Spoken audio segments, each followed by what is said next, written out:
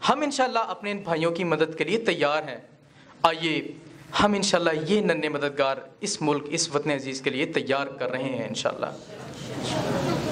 اور وہ بھی مجھے دن یاد ہے کہ جب میں فجر کی نماز پڑھ کے جا رہا تھا مسجد سے، تو ایک بڑے بازار کے اندر میں نے ایک بچے کو دیکھا جو سر جھکائے ایک دکان کے باہر بیٹھا تھا. میں نے کہا بیٹا آپ یہاں کیا کر رہے ہیں؟ اس نے کہا کہ میں اس وقت اس دکان کے کھلنے کا انتظار کر رہا ہوں، جب یہ دکان کھلے گی تو مجھے یہاں سے کچھ کھانے پینے کی چیزیں مل جائیں گی. میں نے کہا تو آپ کا گھر کدھر ہے؟ اس نے راولپنڈی کے ایک علاقے کا نام بتایا. یہ واقعہ بھی اسلام آباد کا ہے. تو میں نے کہا آپ اتنی دور سے صبح صبح سردی میں کیسے آئے؟ کہتے میں تو اپنے گھر سے آ چکا ہوں. میں نے کہا کیوں آئے؟ اس کے ساتھ بات ہوئی تو اس نے کہا کہ اس نے وجہ نہ بتائی، لیکن جب زور دیا تو اس نے بتایا کہ ابو جان جب سے فوت ہوئے ہیں انکل بہت مارتے ہیں مجھے. وہ کہتے ہیں اسکول چھوڑ دو اور کام پہ جاؤ. کام پہ جاتا ہوں تو کام والا استاد بہت مارتا ہے، میں کہاں جاؤں؟ میں اپنے گھر کو چھوڑ کے آ گیا ہوں، میں اپنے گھر سے بھاگ کے آ گیا ہوں. میں نے کہا تو آپ کی امی آپ کو یاد نہیں کرتی؟ کہتا یاد کرتی ہوں گی. میں نے کہا وہ روتی نہیں آپ کو یاد کر کے؟ کہتا وہ روتی ہوں گی یاد کر کے. میں نے کہا بیٹا آپ کو رونا نہیں آتا؟ کہتا میں بھی روتا ہوں بیٹھ کے، مجھے بھی یاد آتی ہے اپنی امی. تو میں نے کہا جانا نہیں ہے؟ کہتا نہیں جانا نہیں، میں مار نہیں برداشت کر سکتا. میں نے کہا آؤ آپ ہمارے ساتھ چلو. ہم قریبی ایک دفتر میں مسجد میں لے گئے. ہم نے کہا ہم آپ کو اسکول بھی پڑھائیں گے، آپ کی امی سے بھی ملوائیں گے، آپ کے انکل کو بھی سمجھائیں گے. وہ بچہ تیار ہو گیا، 2 دن ہمارے پاس رہا. پھر 2 دن بعد وہ بچہ غائب ہو گیا. کافی عرصہ پھر اس کو ہم نے کچھ دن تلاش کیا، وہ بچہ نہ ملا. کچھ عرصے بعد وہ بچہ، میں اپنے کالج کا امتحان دینے جا رہا تھا تو رستے میں سردیوں کے دن تھے، ایک رش والی جگہ تھی. جب میں اس رش والی جگہ پہ پہنچا دیکھا وہی بچہ بٹن کھلے ہوئے نیچے گرا ہوا تھا اور لوگ کہہ رہے تھے کہ یہ بچہ فوت ہو چکا ہے. شاید اس کی والدہ آج بھی اپنے اس بیٹے کا انتظار کر رہی ہوگی. اس کو نہیں پتا کہ میرا بیٹا کس حال میں، کس قبر میں، کس قبرستان میں دفن ہے.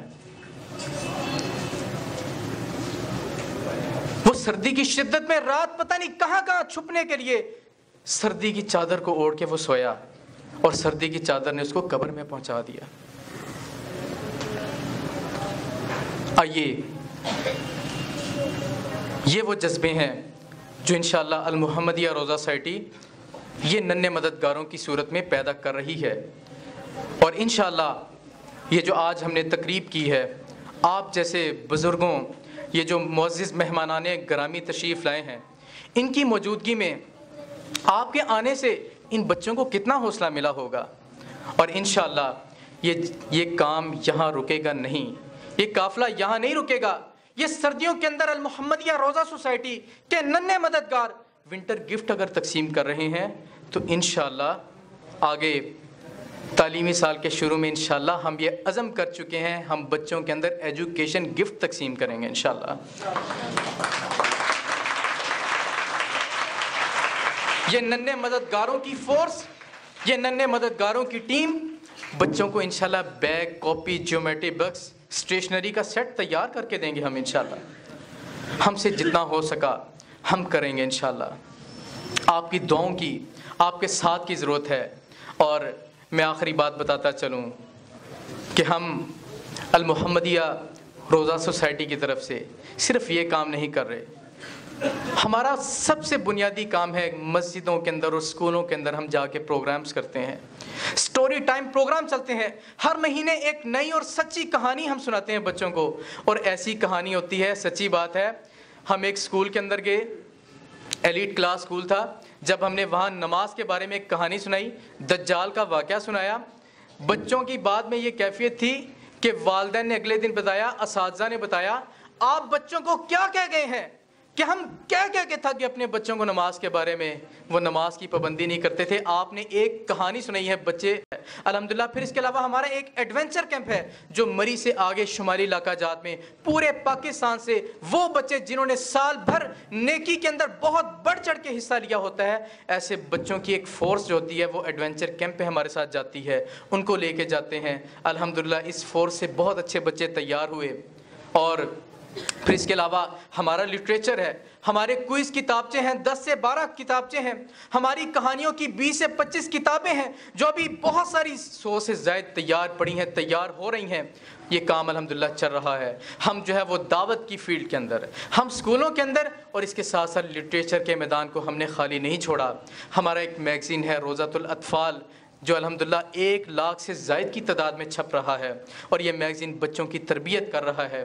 ہمارے اسی طرح بہت سارے کیمپس، بہت سارے کول ان پول کیمپ، ایڈونچر ڈے اور اس طرح کے بہت سارے 1 روزہ کیمپس ہمارے جاری ہیں۔ انشاءاللہ ہم اللہ کی توفیق سے اور آپ احباب کی دعاؤں کے ساتھ، آپ احباب کی مدد کے ساتھ انشاءاللہ یہ کام جاری رکھیں گے۔ یہ بچے انشاءاللہ تیار ہوتے رہیں گے۔ یہ وہ بچے ہیں انشاءاللہ جن کے بارے میں علامہ اقبال نے کیا کہا؟ تو شاہی ہے بسیرا کر پہاڑوں کی چٹانوں پہ۔ انشاءاللہ المحمدیہ روضہ سوسائٹی یہ ویژن دے رہی ہے، یہ اسٹریٹجک ویژن دے رہی ہے اپنے بچوں کو کہ انشاءاللہ ہم نے ایسی بلند پرواز کرنی ہے، ہم نے سطحی سوچ سے باہر نکلنا ہے، ہم نے اس سوچ سے باہر نکلنا ہے کہ ماما میں بڑا ہو کے بزنس مین بنوں گا، اتنی بڑی کوٹھی بناؤں گا، یہ کروں گا۔ ہم نے بچوں کو کہنا یہ سب کچھ کرو لیکن اپنے پاکستان اسلام کے لیے بھی کچھ کرو۔ ہم انشاءاللہ اپنے بچوں کے لیے، اپنے بچوں کے اندر یہ سوچ بھر رہے ہیں۔ آپ بھائیوں کے، آپ احباب کی، آپ جو ہماری بہنیں اور مائیں موجود ہیں، آپ کے ساتھ کی ضرورت ہے، آپ کے دعاؤں کی ضرورت ہے۔ اللہ رب العزت سے دعا ہے کہ اللہ رب العزت ہمیں ان باتوں کو سمجھنے کی اور عمل کرنے کی توفیق عطا فرمائے۔ السلام علیکم۔